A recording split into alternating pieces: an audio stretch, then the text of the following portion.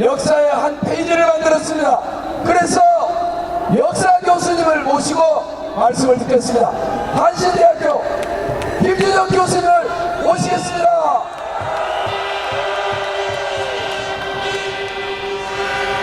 예, 반갑습니다. 저는 한신대학에서 학생들을 가르치고 있는 김준혁입니다. 반갑습니다. 앞에서 많은 분들이 엄청 중요한 이야기 하셨기 때문에 저는 아주 간단한 이야기 3가지만 하고 들어가도록 하겠습니다. 제 친구가 이야기 길게 하면 별로 안 좋다고 짧게 하라고 신신당부 하더군요. 첫째 이야기는요, 뭐 이런 겁니다. 제가 정조 전공자입니다. 그래서 정조하고 화성 이렇게 많이 이야기를 하는데요. 경북 청송에서 80대 노인분들이 수원 화성을 답사하겠다고 한 3주 전에 왔습니다. 근데 제가 그분들하고 인연이 좀 있었더군요. 그분들이 오시기 한 이틀 전에 경상북도 도청에서 경북 종가포럼이라고 아주 명문 집안들, 종손들 모여서 포럼을 하게 됐는데, 경북도청에서 어떤 특정 집안에 대한 이야기를 하면 좀 그럴 것 같으니까 저보고 경기도 종가에 대한 좀 특강을 좀 해달라고 해서 제가 내려갔었습니다. 그래서 제가 거기서 강의를 한 1시간 정도 했기 때문에 그날 경북 청송에서 오셨던 어르신들이 아마 그 자리에 계셨던 분들이 아마 많았던 것 같아요. 그래서 저한테 아는 척을 하면서 굉장히 친하게 이야기를 했습니다. 한 2시간 정도 화성 답사를 하고 마무리되던 차에 이런저런 이야기를 하게 됐는데, 그때 몇 어른들이 이런 말씀을 하시더군요. 나는 검찰개혁을 반드시 해야 된다고 생각한다. 제가 깜짝 놀랐습니다. 왜냐하면 우리나라에서 가장 보수적인 동네라고 하는 경상북도에서, 그것도 청송, 그것도 80 넘은 노인분들이 검찰개혁을 반드시 해야 된다, 이런 이야기를 하니까 놀랄 수밖에 없지 않습니까? 그분들이 하시는 말씀이 뭐냐, 자기는 문재인 정부 별로 지지하지도 않고 민주당 별로 지지하지도 않는다. 그런데 검찰개혁은 해야 된다. 왜 그런지 자기는 이번에 조국 사건을 보면서 느꼈다. 아주 여러 어르신들이 말씀하시는 겁니다. 이렇게 무자비하게 수색을 하고 이렇게 말도 안 되는 일들을 하는 검찰을 가만 놔둬야 되겠느냐. 아무리 우리가 보수적인 동네지만 상식이 있는 사람이다. 지금 대한민국 검찰이 제대로 된 검찰이 아니라 저것은 자신들의 권력만을 위한 검찰일 뿐이다. 그렇기 때문에 이 검찰개혁은 반드시 해야 된다 라고 말씀을 하셨습니다. 저는 경북 청송에서 오셨던 이 어르신들의 말씀을 들으면서 검찰개혁은 반드시 이루어질 것이고 또 이루어져야만 한다고 생각을 했습니다. 그래서 여러분들께 검찰개혁은 반드시 될 거라고 하는 희망의 말씀을 먼저 드리려고 이 이야기를 먼저 꺼냈습니다. 자, 2번째 이야기는 뭐냐? 2번째 이야기는 우리는 전 세계에서 가장 위대한 민족입니다. 1953년 7월 27일 판문점에서 수전협정을 체결할 때 당시 유엔군 사령관이었던 존 마이클 클라크가 이런 이야기를 했습니다. 한반도는 신석기 시대로 돌아갔다. 얼마나 많은 포탄을 한반도에 떨어뜨렸으면 신석기 시대로 돌아갔다라고 이야기할 정도로 유엔군 사령관이 이 비참하고 참혹한 나라의 현장을 이야기했겠습니까? 그런데 지금 오늘날 여기 계신 분들께서 이렇게 많이 촛불을 들고 계십니다. 지난주 뉴스를 보니까 그간 서초동에 있었던 검찰개혁 촛불 집회에서 그 주변에 있었던 편의점에서 가장 많이 팔린 3위가 쓰레기 봉투였답니다. 세상에 쓰레기 봉투를 사서 거리거리마다 자신들이 하나도 버리지 않고 오히려 남이 버릴까 그것을 염려해서 치워가려고 쓰레기 봉투를 산 분들이 남아있으니 53년에 신석기 시대로 돌아갔다라고 하는 존 마이클 클라크의 비웃음은 이제 전 세계 어느 누구도 할 수 없을 것이라고 생각합니다. 감사합니다. 그런 측면에서 저는 새로운 제안을 합니다.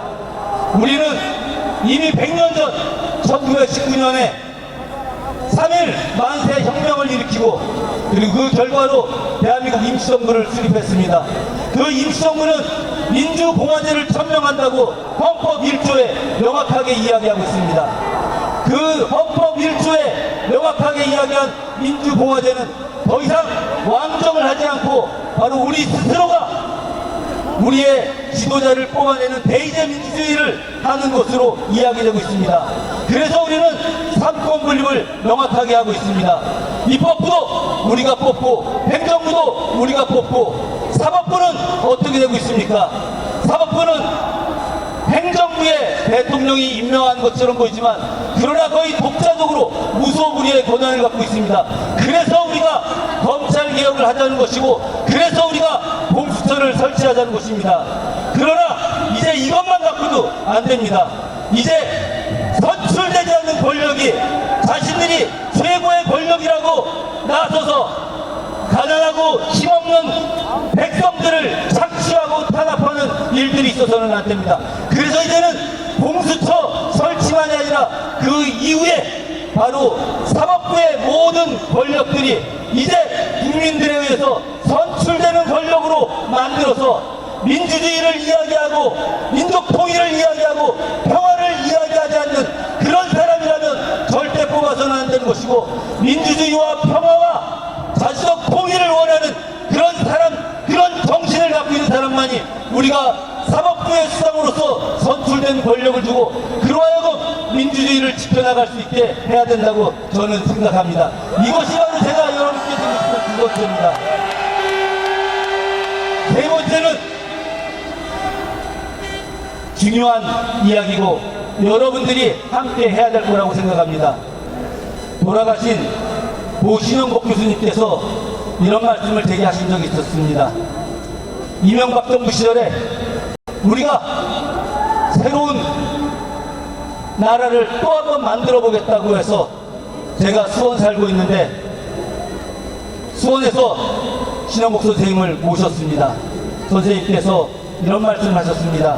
인도반정 이후에 단 한 번도 현재까지 권력이 바뀐 적이 없다. 그래서 제가 여쭤봤습니다.